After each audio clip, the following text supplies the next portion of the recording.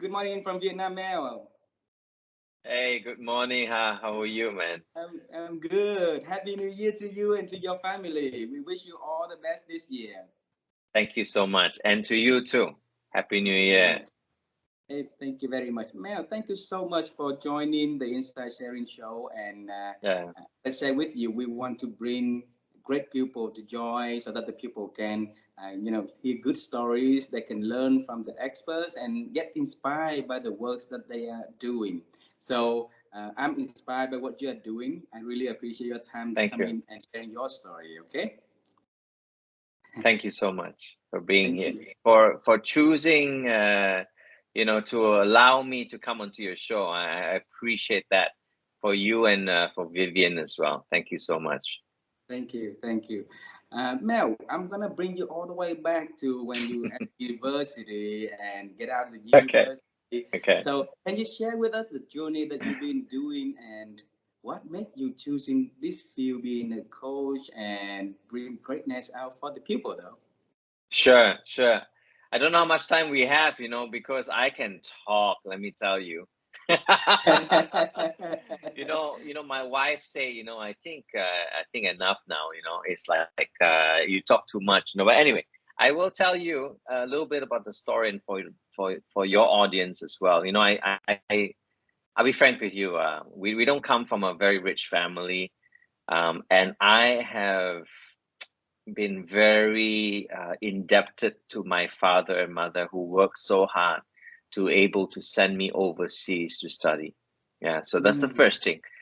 I know we say from uni, but I want to just go back and say even in secondary school, after finishing going to college, I think it's not by because we can afford it, but because it's by the hard work and resilience of my parents and able mm, to think about the next generation. They work hard so that they can provide for the next generation. I think that's a very similar characteristics that I see whenever I talk to some people groups, mm. right? I don't Yeah. want to generalize and say it's only Asians that work very hard, but I think I've met a lot of non-Asians that work really hard to get where they're at. So to me, I Mm. think the word is hard work, Hard and work. resilience, having the right character, it Mm. pays in the long run.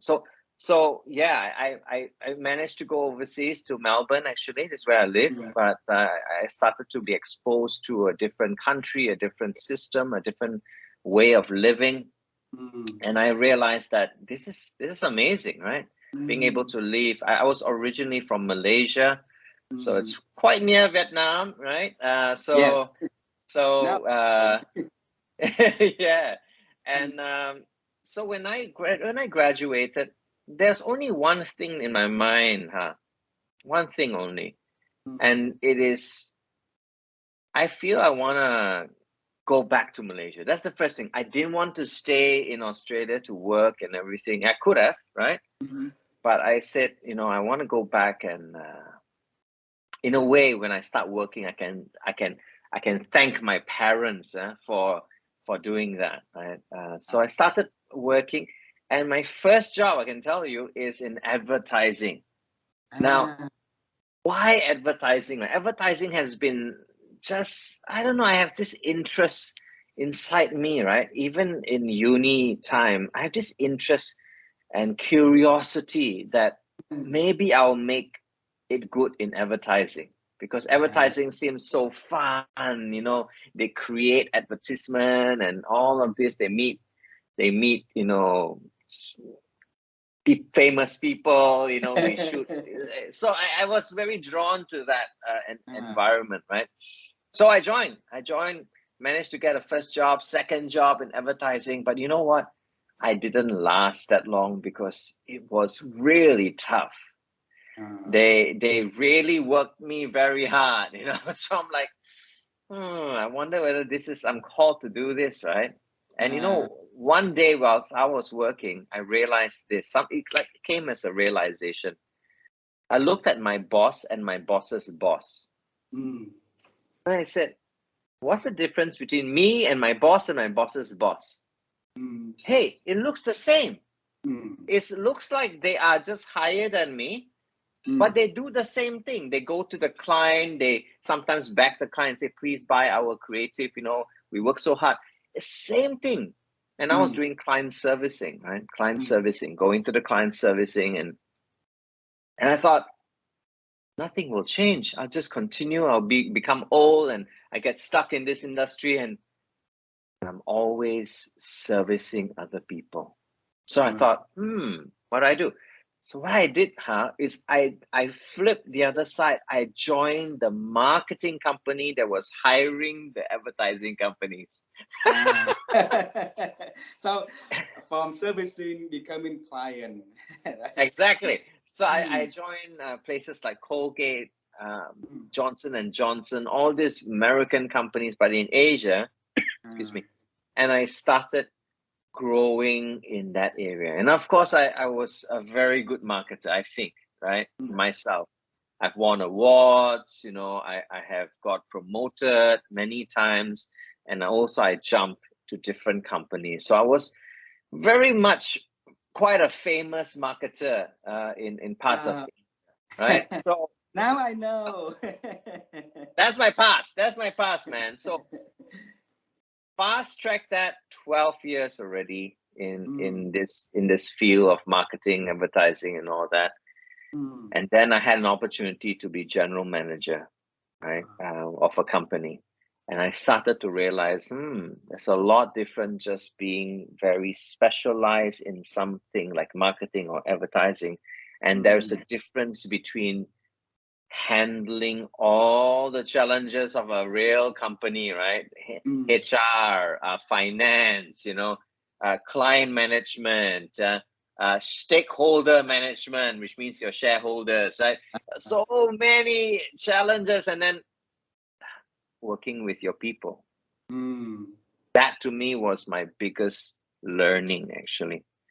When I was general manager, I had like 50 people, not a big company, but 50 people.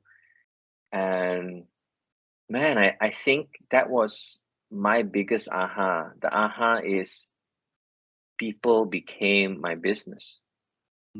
I needed to understand my people well, so that my mind, so that I can motivate them to become a good manager, right? You know what I mean? So yes. So that was my role. Every day, day in, day out, I just have my door open at 5:30, I remember. And they all know that time to have one-on-one conversation with Mel. So they come and they talk about the problems and all that. You know what, What? I didn't know I was doing some sort of coaching already in those days. Oh, really? Yes, it's not official, right? It's not official. They didn't pay me. The company paid me. But these conversations that I had with them, some of them cried, some of them got their answers, some of them. So I started to realize, like, oh my gosh, this role as a leader is about influencing and inspiring the next generation of leaders through conversation, honest, open, truthful conversation. And of course, you need to have a heart. We need to care for our people, because people can see whether you care or you just talk like you care. You don't care, actually, right? So that was how it started. I realized that I was doing coaching, but I didn't know I was doing coaching. You know what I mean? So what year was that? That was 2004. 2004. So 18 years 2005, ago. 2005, I moved to Melbourne. Right? Oh, you moved to Melbourne. Moved to Melbourne, and I gave up, say goodbye to Asia. I say I won't come back anymore. I'm gonna live here forever, and all of that. Right? And then I started going for jobs, going for interviews, going for this, and I thought I'll get back the same kind of jobs, right? No, I didn't. I got rejection and then rejection and then rejection. And so many times I go in and they say, wow, you got so much experience, but you don't have Australian experience. I'm like, yeah, of course, but if you don't give me Australian experience, I will never get a job, right? So Don't say I'm so good, I'm so qualified, I got international experience, but no Australian experience. So Mm. there were a lot of companies that didn't give me a chance. So I was very down, really, very down. That was like my lowest point in my career.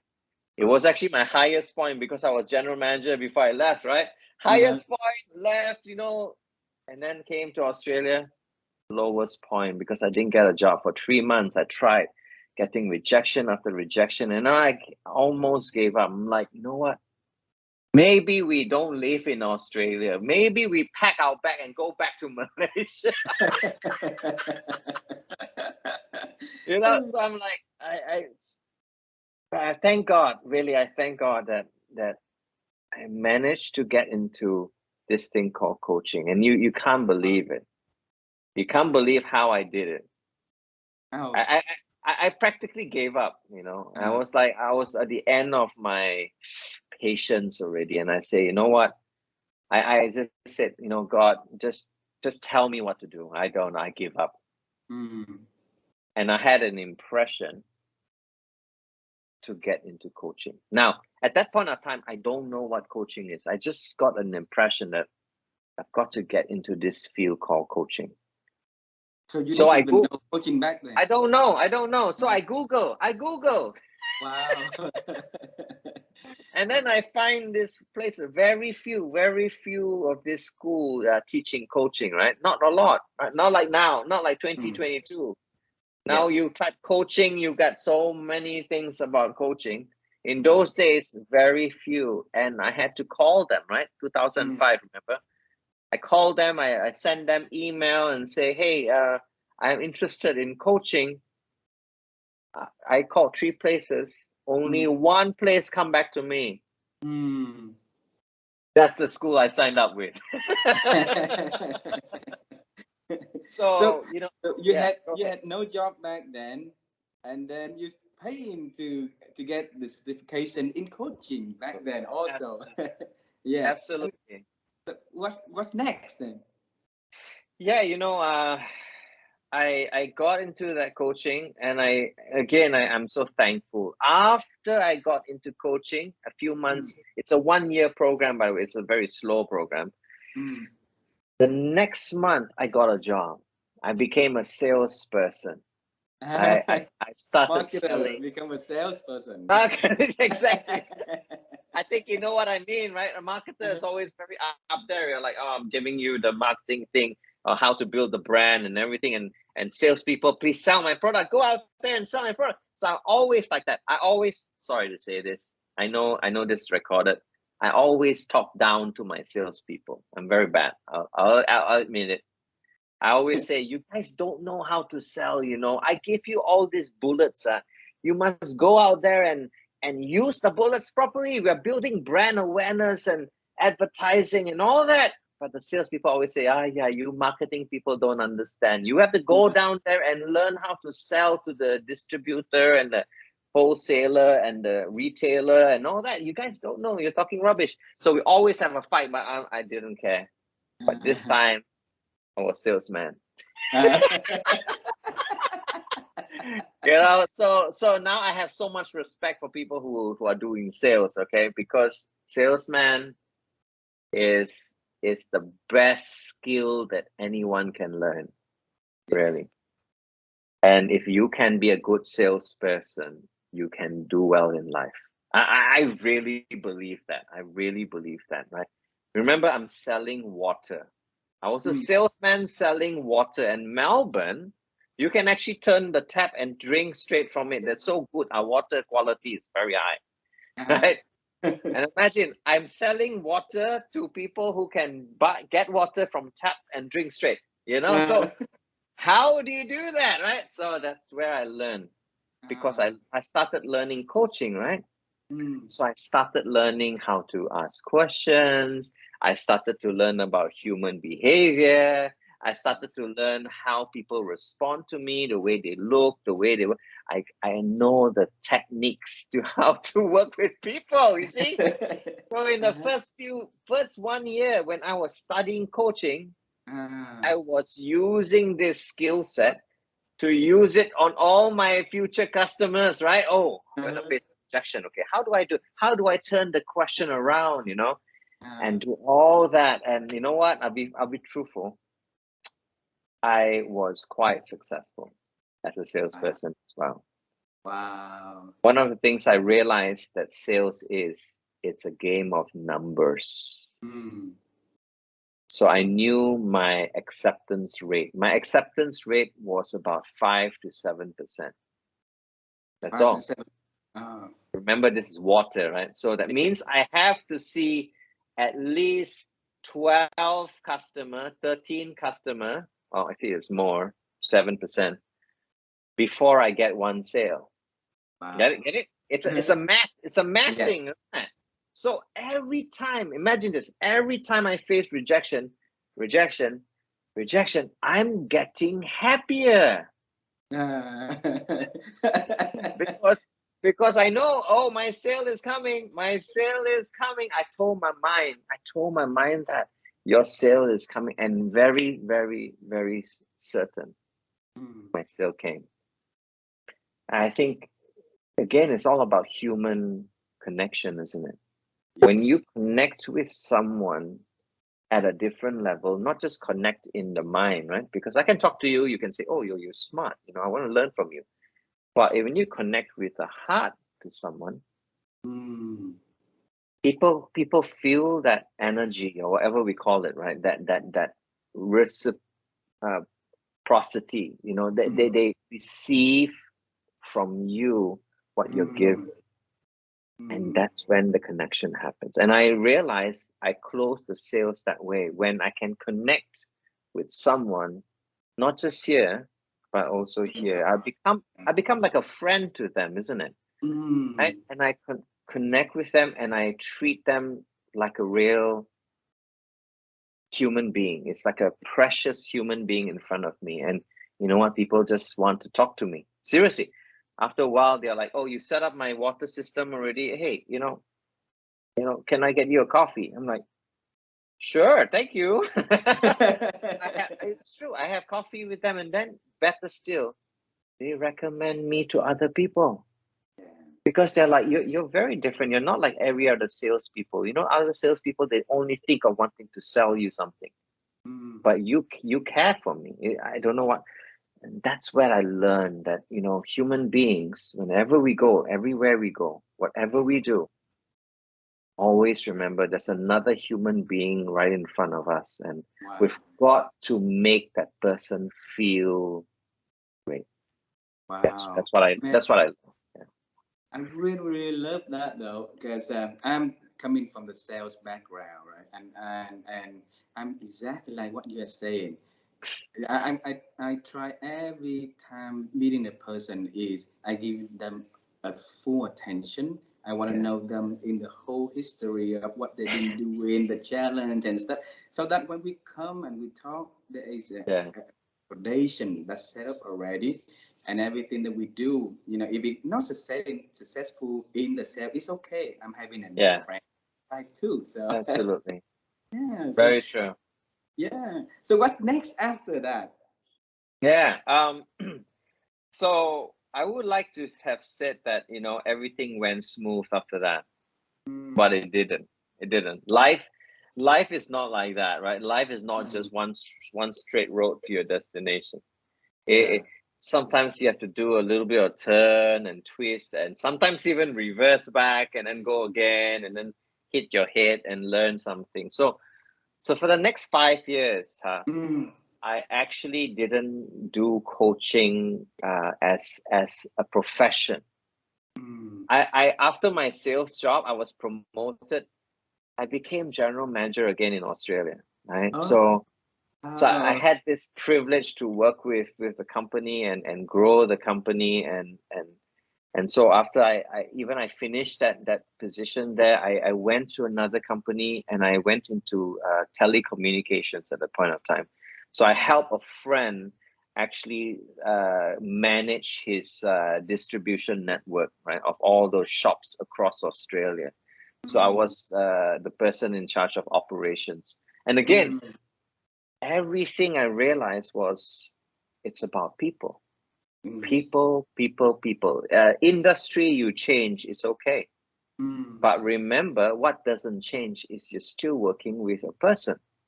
Yep. So I made myself realize that, hey, doesn't matter. I don't know much about telecommunications. People can teach me, but I know how to make someone feel good, how to appreciate someone, how to influence someone, how to inspire someone, right? So that's what I kept on practicing. And to be frank, I did a lot of informal coaching. Informal, which means I don't get paid, right? It's part of my job, right? As head of operations or general manager or whatever. I just kept on meeting people, even clients, even my clients in that business start coming to me and say, hey, Mel, can we have a coffee? I'm like, sure, of course we can have a coffee. We talk, and sometimes I'm even helping them with their personal challenges. So I was actually practicing coaching every day for the next 5 years in my role as whatever I played the role. I was practicing coaching. And the other thing I want to say, is this. I believe that coaching, to be successful in coaching, you've got to make it a lifestyle. Lifestyle. What is that? Not, yeah. You see, sometimes we learn something and we think, oh, it's a skill set. Skill set I can use to situation. True. But if you just turn on the coaching at that point of time, people don't actually see you as the coach. They see you as the manager trying to do some coaching. Get it? Yes. It's just like at home. Right? I think my greatest lessons was learned at home. I had 3 children. I told you this before, and I know you have children as well. Yeah. Right? And also my relationship with my wife. Coaching taught me how to actually improve my communication with my family. And when I say coaching as a lifestyle, which means that I cannot turn on, turn off coaching. Coaching must be turned on. Yeah, exactly. It's always within you. It's like you carry that light. Sometimes we call it that light, right? Around. So if there is darkness there, we come and we make that place got some light, right? Bright, slightly brighter. It's okay. It doesn't have to be so bright, but at least less dark, right? So my concept was this: like, I needed not just to be the same father that I was growing up with, how my father was a father to me and me a father to my children. I asked myself, what must I change? What is the way I treat my kids, how I talk to them, how I ask them questions? Like, for example, I'll give you a live one. I have my youngest is almost 16 years old, right? So I sometimes picking up from school. And you know how sometimes we're busy, right? We're thinking about our work, we're driving, and then we pick our kid up or whatever. What's the first question that you ask them? Come on, just try. How's your day? Exactly. I ask the same thing, right? How's your day?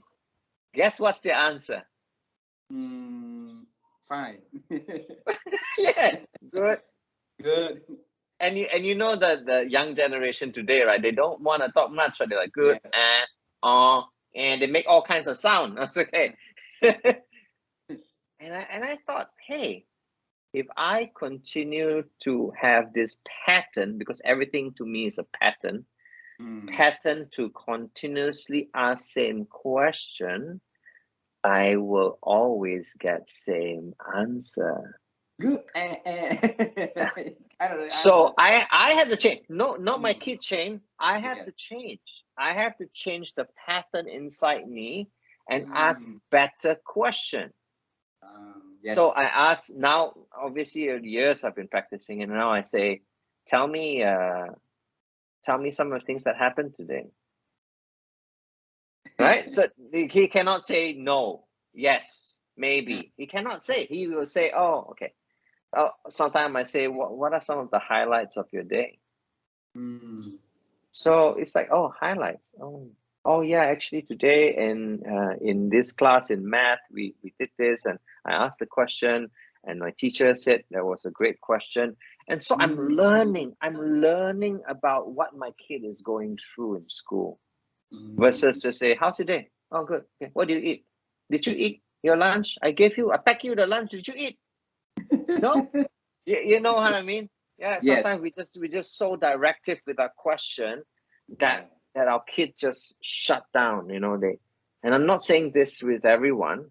I'm just saying this is the skill I learned for myself, because if I didn't change the way I fathered my children, and as a relationship with my partner, my spouse, I think I would have not changed. I would have just put coaching as a skill set. I only turn on the coaching when I have a client in front of me. Right? Yeah. So that's the power to me, that's the power of understanding what we do. And it doesn't have to be coaching. It can be whatever that your listeners are today doing, right? If they want to practice it and become better at it, they must make it part of their lifestyle. That's a very beautiful thing that you share, Mel.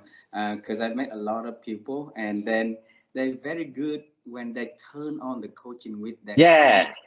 But at life, they forgot that they can apply the coaching to their relationship, to the people around them, to build better relations, right? To build stronger bond in the relationship also. So thanks for sharing. I will definitely remind the people of being the lifestyle of coaching, right?